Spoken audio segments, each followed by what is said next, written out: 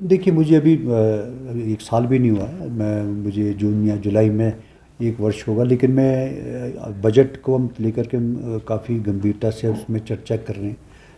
अच्छे से अच्छा बजट हो, लोगों को सुविधा भी मिले और एक सोर्स ऑफ इनकम का भी रहता है। सारी चीज़ें बैठ के की जाती हैं, और सभी लोगों से मैं जानकारी भी लूँगा, सबसे विचार भी साझे करूँगा, और आम पब्लिक से भी मैं विचार साझा करूँगा कि आप किस तरह से हम एक लिमिटेड से साधन के होते हुए हम उसमें हम क्या अच्छे से अच्छा हम कर सकते हैं, उसको सारी चीज़ें हम लोगों से चर्चा करके और एक सारी चीज़ें डिस्कस करूँगा।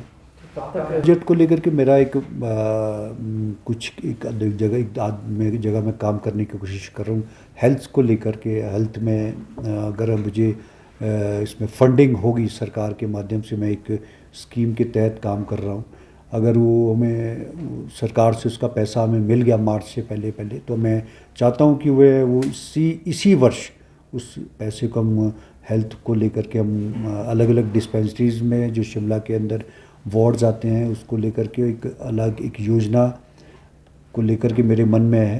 तो अगर वो धरातल पे उतरेगी तो काफ़ी बड़ा फ़ायदा मैं ना केवल शिमला के लोगों को, सीनियर सिटीजन्स को, और हमारे जो डिस्पेंसरीज है, पीएचसीज है, सबको होगा।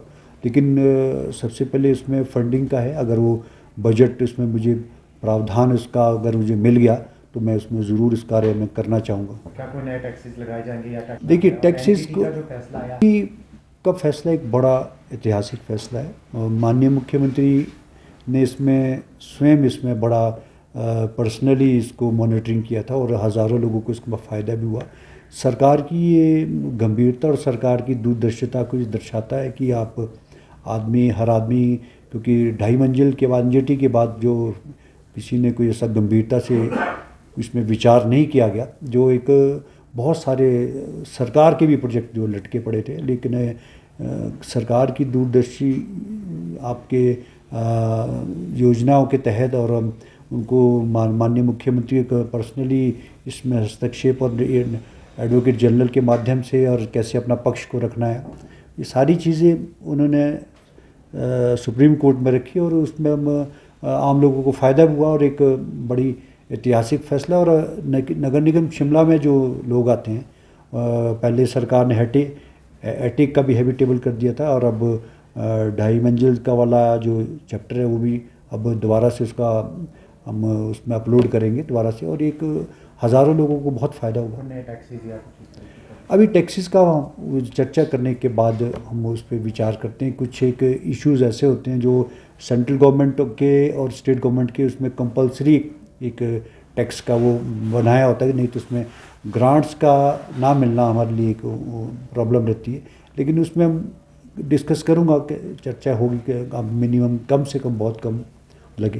कब तक आप बजट प्रस्तुत कर देंगे? फरवरी में, अभी डेट तो नहीं फिक्स की, लेकिन फरवरी एंड में हो जाएगी। सर, दूसरा पार्किंग। जी हाँ, देखिए, हिमाचल प्रदेश को सफाई के मामले में शिमला को स्टेट अवार्ड के रूप में नवाजा गया, और एक सभी लोग इसमें बधाई के पात्र हैं। हमारे सफाई के कर्मचारी ख़ास तौर पर, जिन्होंने बड़ी कड़ी मेहनत करके वो उस अवार्ड को उन्होंने हासिल किया, और साथ के साथ शिमला की जनता का जो इसको हमें इस सहायता हमारी इस अभियान में करते हैं, उनको भी बहुत बहुत मुबारक हो। और इसका माननीय हमारे महामहिम राष्ट्रपति के द्वारा इस अवार्ड को दिया गया था, और हमारे लिए बहुत गौरव की बात है, और हम इसको लेकर के हम और आगे और अच्छा क्या हो सकता है उसको भी हम ज़रूर करेंगे। तो इसमें लिखा गया है कि बिल्कुल, इसमें कैटेगरीज़ में हम खिसके हैं, लेकिन साथ के साथ शहरों की संख्या भी बढ़ी है। लगभग 5,000 से ऊपर शहर अब इसमें आ चुके हैं, जो पिछली बार से लगभग 700-800 शहर ज़्यादा है, और दूसरी कैटेगरीज़ भी बढ़ा दी गई है। 5,000 की आबादी से लेकर 5 लाख तक की आबादी तक के अलग अलग शहर इसमें इन्वॉल्व किए गए हैं। तो उसी में हम भी 1 लाख से और 1.5 लाख से ऊपर की शहर आबादी में हम शिमला भी आता था इसमें। तो और पानी को किस तरह से आप रीयूज़ करते हैं, उसको रिसाइकिल के लिए कैसे तैयार किया जाता है, हमारे यहाँ और हिल एरिया, और मेरा ये मानना है कि हिल एरिया और प्लेन एरिया में काम करने का जो सिस्टम है बहुत डिफरेंट है, खासकर गार्बेज को लेकर के, पानी को रिसाइकल को लेकर के। हमारे यहाँ बहुत टफ है। हमारे आदमी सुबह गार्बेज कलेक्टर 5 बजे उठता है और 5 बजे वो मैनुअली कैरेज करके सड़क मेन रोड तक गाड़ी में पहुँचाता है, जबकि प्लेन्स में बिल्कुल अलग होता है। वहाँ गाड़ी जाती है, गाड़ी में हर आदमी इजीली वहाँ गाड़ी में डाल करके अपने गाड़ी में पहुँचा देता है। हमारे यहाँ बड़ी टफ सिचुएशन होती है, और कॉस्ट ऑफ कंस्ट्रक्शन हमारे यहाँ बहुत ज़्यादा है। हर चीज़ को हम, किसी भी योजना को हम धरातल पर लाने के लिए हमें काफ़ी कड़ी मेहनत करनी पड़ती है, और हिल एरिया होने की वजह से। और मैं तो समझता हूँ कि मैंने इस बात को भी रखा कि आप जो 16th फाइनेंस कमीशन आएगा तो उसमें उसको लेकर के पहाड़ी राज्यों को एक अलग से एक महत्व दिया जाना चाहिए, क्योंकि पहाड़ी राज्य ना केवल पोल्यूशन को बचाते हैं बल्कि पर्यावरण की रक्षा भी करते हैं। उसको लेकर के कभी कोई इसमें कोई ऐसी ग्रांट नहीं मिलती है पहाड़ी राज्यों को, जो पहाड़ी हिल एरिया है, जो क्योंकि वो एक बड़ी महत्वपूर्ण भूमिका निभाते हैं। जो हमारे खासकर शिमला आप लो, आप हिमाचल लो, पूरे हिमाचल जो है वो पूरे नॉर्थ को ऑक्सीजन देता है और ऑर्गन का काम करता है। तो हमें कार्बन राइट्स भी मिलने चाहिए, जो एक बड़ा इम्पोर्टेंट है, क्योंकि पहाड़ सुरक्षित रहेंगे तो प्लेन एरिया भी तभी सुरक्षित रहेगा। एनवायरनमेंट को बचाना है, सफाई को लेकर के बना, वातावरण शुद्ध तभी रहेगा। ये सारी चीज़ें मैंने दिल्ली में भी कही है, और आपके माध्यम से भी कह रहा हूँ, और